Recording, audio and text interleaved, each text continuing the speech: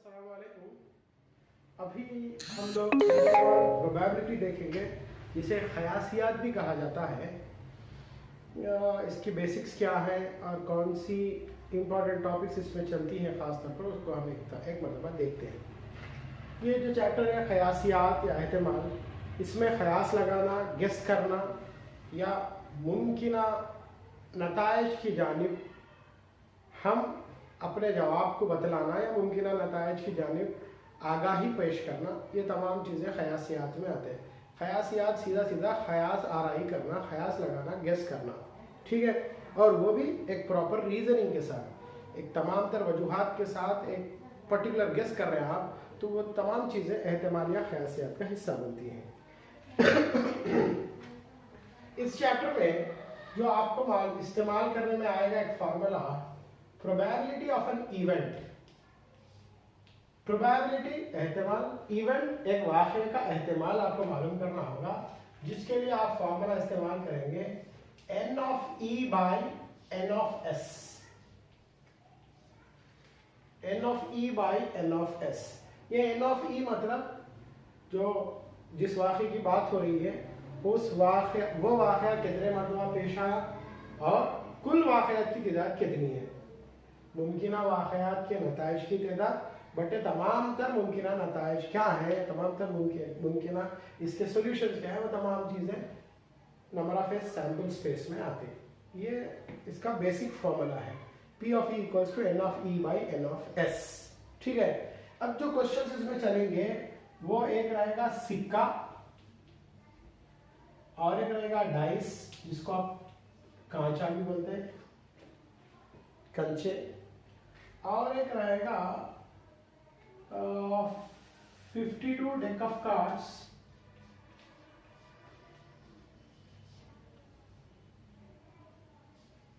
ये 52 ताश के पत्ते। ये तीन स्पेशल कॉन्सेप्ट्स के अतराफ ही या इन्हीं वाक़यात के अतराफ अपना ही पूरा ये चैप्टर चलता जनरली। अब ये सिक्का जो कॉइन होती है, वो कॉइन को आपको मालूम है, जब आप कॉइन उछालेंगे तो मुमकिना क्या क्या नताइज हो सकते हैं, हम तमाम को मालूम है। इसके मुमकिना दो ही नताइज हो सकते हैं, एक बगैर किसी नुक्स का सिक्का हो, without having any sort of demerits in that. उस तरह का अगर कोई कॉइन है तो उसमें दो ही पॉसिबिलिटीज बनती है, या तो हेड आएगा या फिर टेल आएगा, ठीक है। तो जब कभी सवाल पूछा जाए एक सिक्के में मुमकिना नताइज की तादाद, बोले तो दो ही नताइज होंगे। इसके बाद डाइस, डाइस बोले तो इस तरह से आप किसमें खेलते हैं, मुख्तलिफ खेल वगैरह, सांप सीढ़ी वगैरह खेलते हैं, इसमें डाइस उछाल के छोड़ा जाता, उस पर कितने नंबर्स आए देखते। अब याद कीजिए उस पर कितने नंबर्स रहेंगे। जनरली एक डाइस पर 6 नंबर्स रहेंगे। कौन कौन से 6 नंबर्स? 1 2 3 4 5 6, ये डाइस पर मौजूद या डाइस से हासिल होने वाले मुख्तलिफ नताइज।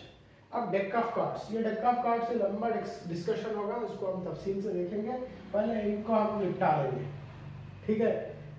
सिक्के में दो पॉसिबल जो है ना वाक़यात हो सकते हैं, डाइस में 6 पॉसिबल वाक़यात हो सकते हैं।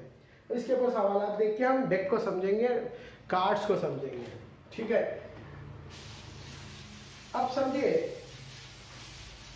सिक्के के बारे में सवाल ऐसे पूछा जाएगा,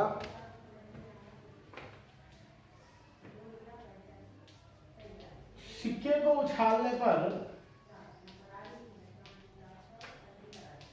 हेड आने का एहतिमाल मालूम कीजिए।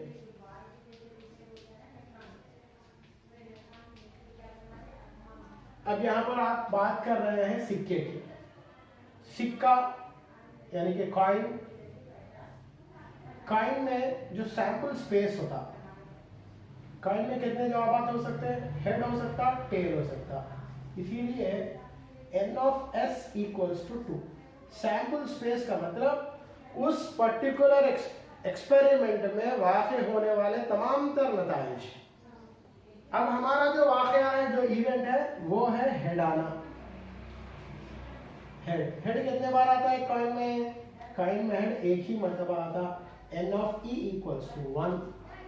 अब आपको पी ऑफ ई लिखना है, पी ऑफ ई का फार्मूला आप लिखिए, क्या फार्मूला मालूम है आपको, P of E equals to N of E by N of S. N of E यहाँ पर 1 है, एन ऑफ एस यहाँ पर 2 है, तो पी ऑफ ई जिसका एहतिमाल मालूम करने के लिए कहा गया वो 1/2 है। एक और सवाल हम डाइस की सूरत में देखते हैं, अगर डाइस दिया जाए तो कैसे होगा देखते हैं। जैसे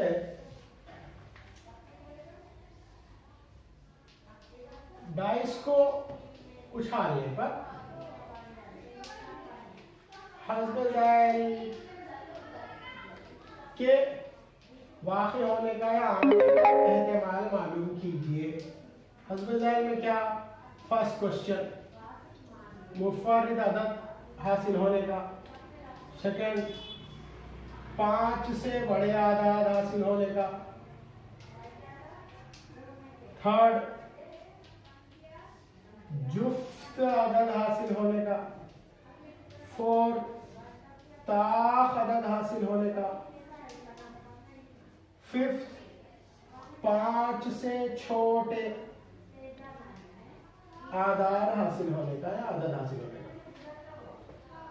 देखो कैसा करेंगे, मुफर्रिद आदाद का मैं पहले समझाने की कोशिश करो। देखिए पहले आप क्या करना कि ये किसके ताल्लुक से सवाल है, उसका सैंपल स्पेस लिखना। सवाल है डाइस के ताल्लुक से, s इक्वल्स टू 1 2 3 4 5 6, ये डाइस में आएंगे। Solutions possible, results, N of S equals to 6 लिखेंगे। और आपके पहले सवाल में जो इवेंट है, क्योंकि क्वेश्चन में 5 सवाल अलग अलग है, इसलिए हर एक इवेंट को E1 E2 E3 E4, event 1 वाक़या 1, E2 वाक़या 2, E3 वाक़या 3, इस तरह से मैं उसको नंबरिंग करूंगा। E1 क्या वाक़या है, मुफ़र्रिद अदद हासिल होना, किसमें, ये डाइस में। अब डाइस में मुफ़र्रिद अदद कौन थे वो देखना। एक मुफ़र्रिद अदद होता क्या बोले तो एक मुफ़र्रिद अदद नहीं होता, 2 होता प्राइम नंबर, 2 3 5 ये प्राइम नंबर्स है। अभी 6 के अंदर ये 2 3 5 को हम प्राइम नंबर्स कहेंगे। ये E1 हो गया। नंबर ऑफ E1 कितने नंबर्स हैं, ये 1 2 3 नंबर्स आते हैं। There are 3 elements in E1, so number of E1 equals to 3। अब ये क्या होना है, मुफ़र्रिद अदद हासिल होने का एहतिमाल,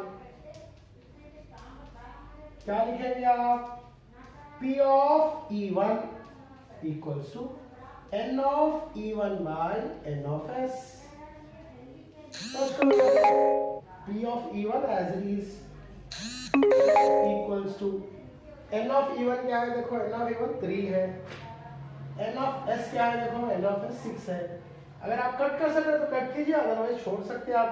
3 1 3 3 2 6, P of E1 equals to 1/2। ये तरीका तो समझ में आया होगा। अब मैं और एक समझाया तो बाकी आप करेंगे as a part of your work. दूसरे के लिए भी आप शुरू करेंगे, सेकेंड पार्ट कर रहे हैं आप इसका। s इक्वल्स टू 1 2 3 4 5 6 लिखेंगे, n of s equals to 6 लिखेंगे। अब हम दूसरा क्वेश्चन कर रहे हैं इसलिए E2 लिख रहा हूं मैं।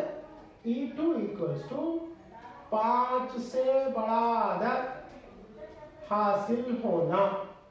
5 से बड़ा अदद कौन सा रहता, 1 से लेके 6 में 5 से बड़ा अदद सिर्फ और सिर्फ 6 है। तो n ऑफ E2 कितने अराकीन है E2 में, एक ही रुकन है। आपको क्या मालूम करना है, 5 से बड़ा अदद हासिल होने का एहतिमाल। ठीक है, क्या करना, P of E2 equals to N of E2 by N of S। P of E2 equals to N of E2 1 है, N ऑफ S 6 है। इस तरह से आपको करना पड़ेगा। इसके अलावा जुफ्त आदत के लिए, जुफ्त आदत कौन से होते देखना, 1 से लेकर 6 में 2 4 6 ये जुफ्त आदत है, उसको लेके कीजिए आप। इसके बाद ताख आदात वाला 1 3 5 ताख आदात है, उसके लिए कीजिए। 5 से छोटे आदाद 1 से लेकर 6 में 5 से छोटे कौन कौन से हैं? 1 2 3 4 तक छोटे हैं। n ऑफ E5 अगर है तो इक्वल्स टू 4 लिख के आप आंसर को आगे बढ़ाइए। उम्मीद करता हूँ आपको समझ में आया होगा। आगे की क्लास में मैं आपको 52 कार्ड्स के बारे में एक्सप्लेन करूँगा। शुक्रिया, अस्सलाम वालेकुम।